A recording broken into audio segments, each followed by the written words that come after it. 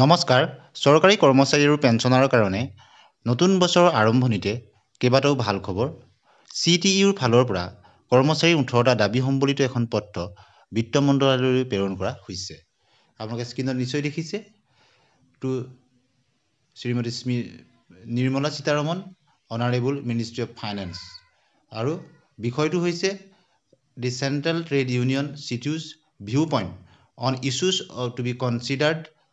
for framing budget for the year 2025-2026 2025-26 বৰ্ষৰ বাজেটত এই 18টা দাবী সম্পৰ্কত জনোৱা হৈছে CTUৰ ফালৰ পৰা respected madam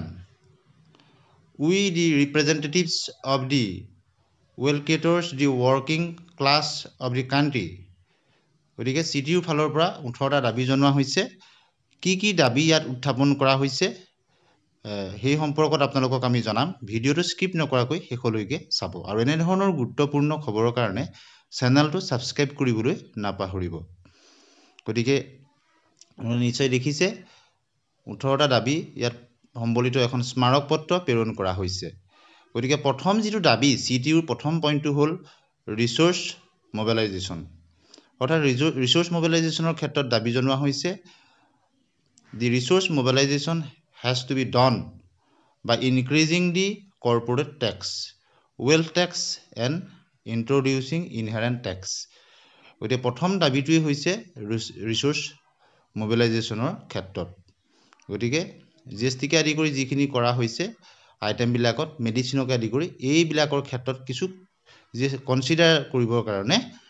কোৱা হৈছে যাতে কৰ্মচাৰী আৰু পেঞ্চনাৰ সকল তাৰ পৰা উপকৃত হ'ব পাৰে গতিকে প্ৰথম যেটো দাবী হ'ল যে immediately GST on essential foods items and medical insurance has to be drastically reduced অৰ্থাৎ এই বস্তুবিলাকৰ ওপৰত কমাই দিব লাগে GST দ্বিতীয়টো হ'ল ইনকাম ট্যাক্স ৰিবেটস ফৰ দি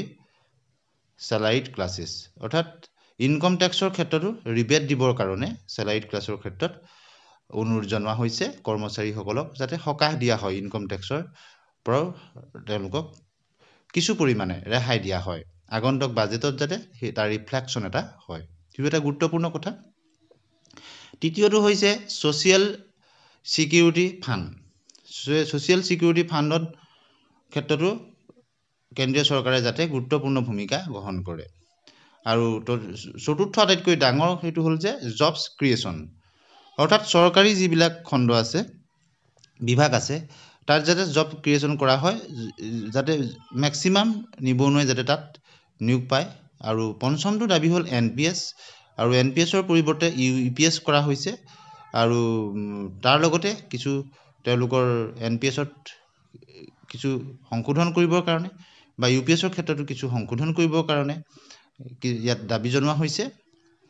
আৰু পুৰণি পেঞ্চন সন্দৰ্ভতো ইয়াত উত্থাপন কৰা হৈছে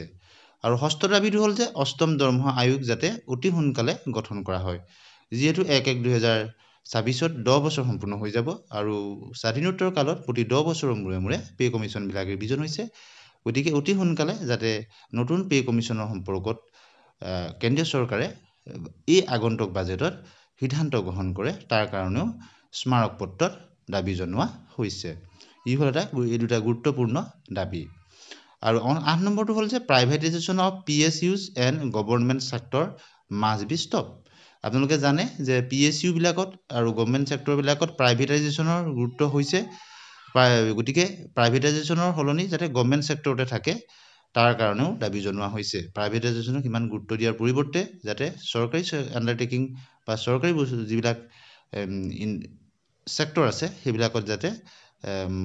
বিশেষকৈ ওয়াৰ্কাৰ্ছ সকলে যাতে বেনিফিট হয় তাৰ কাৰণে প্ৰাইভেটাইজেশ্যনৰ হলনি গভৰ্ণমেণ্ট সেক্টৰতে থাকিবৰ কাৰণে জনোৱা হৈছে তাক যাতে প্ৰাইভেটাইজেশ্যনটো ষ্টপ কৰি দিয়া হয় বন্ধ কৰি দিয়া হয় তাৰো দাবী জনোৱা হৈছে CTUৰ ফালৰ পৰা গতিকে মুখ্য 18টা দাবী আছে এই 8টা দাবী আপোনালোকে নিশ্চয় বুজি পাইছে প্ৰাইভেটাইজেশ্যনৰ ফলত বহু চাকৰিয়ালৰ তেওঁলোকৰ চাকৰি হেৰাইছে আপোনালোকে নিশ্চয় জানে যাতে প্ৰাইভেটাইজেশ্যনৰ হলনি চৰকাৰী সেক্টৰ এইবিলাক সেক্টৰ চৰকাৰীতে থাকে 9 নম্বৰটো হ'ল loot and plunder of public sector banks and public exchanges and privatization of insurance sector should be stopped গতিকে যাতে পাব্লিক ছেক্টৰৰ বেংকসমূহ যাতে পাব্লিক ছেক্টৰতে থাকে, প্ৰাইভেট হৈ নাযায়, আৰু লগতে ইঞ্চুৰেঞ্চ কোম্পানীবিলাক LIC নিচিনাবিলাকৰো যেনেকৈ শ্বেয়াৰবিলাক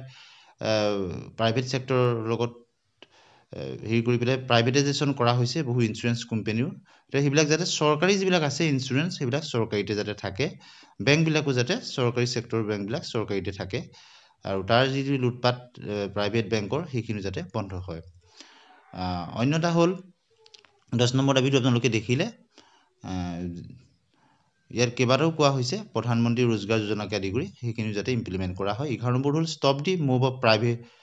প্ৰাইভেটাইজ LIC এণ্ড GIC। ইয়াত স্পষ্টকৈ উল্লেখ কৰি দিয়া হৈছে LIC আৰু GIC প্ৰাইভেটাইজ কৰাটো যাতে বন্ধ কৰা হয় ইমিডিয়েটলি,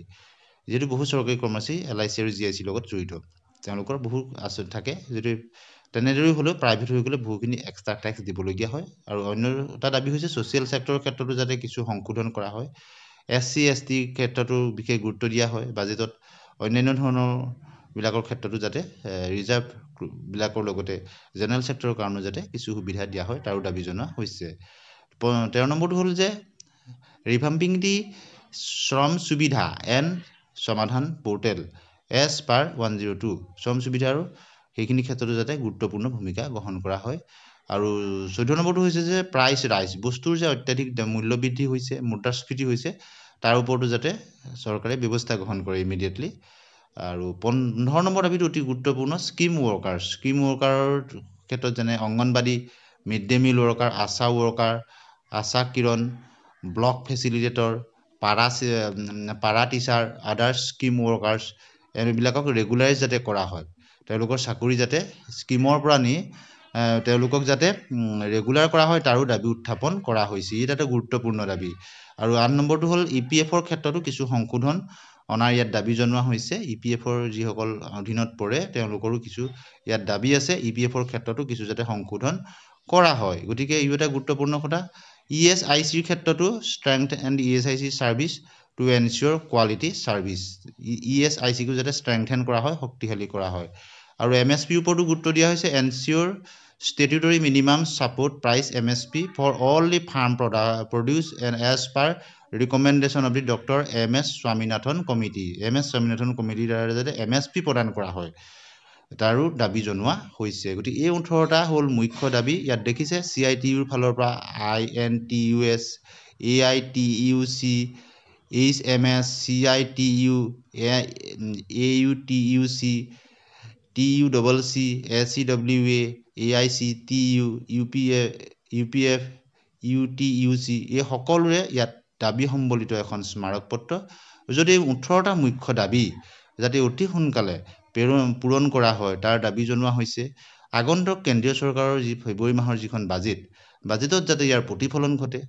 আৰু কৰ্মচাৰী আৰু পেঞ্চনাৰসকল যাতে উপকৃত হ'ব পাৰে, তাৰ কাৰণে এই 18টা মুখ্য দাবী সন্মানীয় বিত্তমন্ত্ৰী মহোদয়ালৈ প্ৰেৰণ কৰা হৈছে। আৰু আশা কৰা হৈছে যে CTUৰ দ্বাৰা